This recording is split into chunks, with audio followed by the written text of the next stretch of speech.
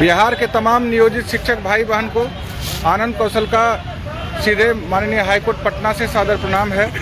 आप जितने भी नियोजित शिक्षक थे लगातार महीनों से संघर्ष कर रहे थे, सड़क पर भी और माननीय हाईकोर्ट पटना में भी। बिहार शिक्षक एकता मंच का हम लोगों ने गठन किया था और गठन करके सड़क पर भी बिना शर्त राज्यकर्मी का दर्जा के लिए संघर्ष कर रहे थे और माननीय हाईकोर्ट पटना में भी हम लोगों ने एक साथ संघर्ष करने का काम किया।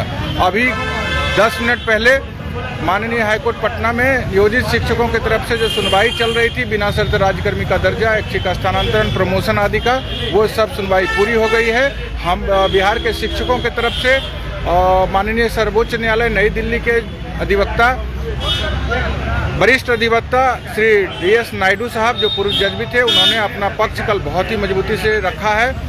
अभी के जो माननीय चीफ जस्टिस हैं, आप सब लोग जान लीजिए, जितने भी नियोजित शिक्षक भाई बहन हैं, वह सिर्फ लॉ पर, रूल पे जो बातें रखी जाती है उसको गंभीरता से सुनते हैं। तो हम लोगों का जो प्रयास था कि बिल्कुल हमारी मांग कैसे लॉ के तहत जायज़ है, उसी तरह से अपने माननीय सर्वोच्च न्यायालय के अधिवक्ता नायडू साहब के द्वारा रखवाने का हम लोगों ने काम किया है। बहुत अच्छे से आपकी बातों को उन्होंने रख दिया है। अब जो हम लोगों का था कि इस तरह से राज्यकर्मी का दर्जा देने के लिए हम लोगों को प्रताड़ित करना, बिना वजह का कड़ा नियम लादना और हम लोगों को सिर्फ अपमानित करने की मंशा से जो यह नियमावली का निर्माण किया गया था और जहां तहां हम लोगों को स्थानांतरण करके, जिसको स्थानांतरण हमारे भाई बहन को जरूरी था, हम लोग कह रहे थे उनको दीजिए ऐच्छिक स्थानांतरण, लेकिन सारे लोगों का जीवन तबाह करने की दृष्टि से जो यह नियमावली बना करके स्थानांतरण करना का जो बेघर करने का जो प्रयास किया जा रहा था, उसको न्यायालय में चुनौती दी गई थी।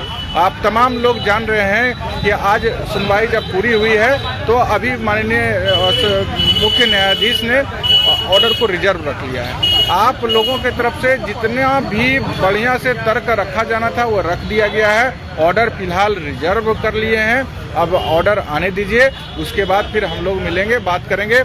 ऑर्डर में हमको न्याय मिलेगा।